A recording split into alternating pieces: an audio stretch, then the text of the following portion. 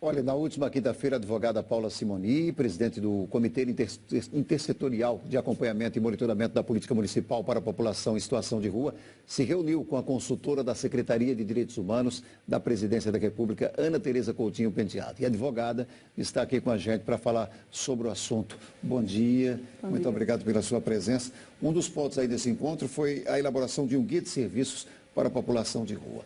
Esse guia, ele serve exatamente para quê?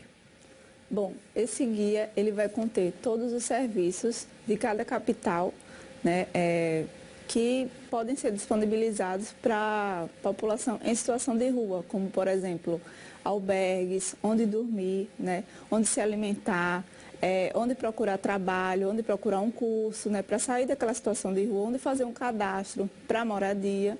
Isso tudo deve conter nesse guia. Então, na verdade, são informações importantíssimas, né? Importantíssimas, que em toda a capital deve conter esses programas para que seja organizada a rede, né? Nós temos um mapeamento da quantidade de pessoas que temos nas ruas aqui na capital, por exemplo? Existem alguns mapeamentos feitos por algumas secretarias, como assistência social, habitação, mas ainda não está unificado. Então, o que é que a gente vai fazer? A gente está fazendo o levantamento através do comitê para que a gente construa essa rede, né? E através de um censo para saber mais ou menos quantas pessoas, porque não tem como saber o número exato, porque é muito rotativo, mas para a gente saber fazer um censo e saber mais ou menos onde estão concentradas e a quantidade de pessoas que estão nessa situação. Isso é fundamental para saber exatamente de que formas pode atuar em relação a essas pessoas, né? Com certeza. Que políticas adotar e com prioridade. Agora, quais são as atribuições desse comitê que a senhora está dentro dos advogados do Brasil presidindo? De que forma esse comitê age? Bom, esse comitê é importantíssimo, porque de acordo com o decreto, né, federal e também com o decreto municipal, ele está organizado, ele pretende organizar a política municipal para monitorar e retirar essas pessoas da situação de rua, encaminhá-las, né, de alguma forma, porque a população de rua de Maceió quadruplicou nos últimos anos, né? Então a gente vê crime de extermínio, a gente vê muitas pessoas em situação degradante, famílias, né, inclusive. Então esse comitê é fundamental para isso. Você falava, ter um morador de rua, hoje são famílias, né? São famílias. Uma coisa que chama muita atenção, infelizmente.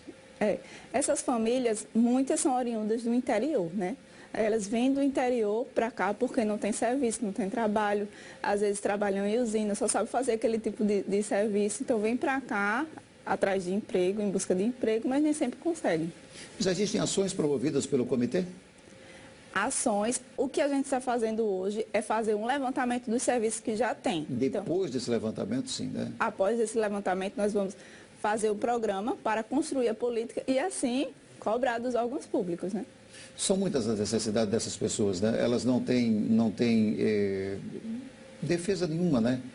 Então, além de estarem expostas, vivendo na rua, elas não têm segurança nenhuma em relação à saúde, educação, a nada, né? Como eu costumo dizer, elas estão expostas a todos os tipos de violência, né? Então, elas não têm seus direitos básicos garantidos, como a própria dignidade humana. Então, elas não têm onde dormir, elas não têm o que comer.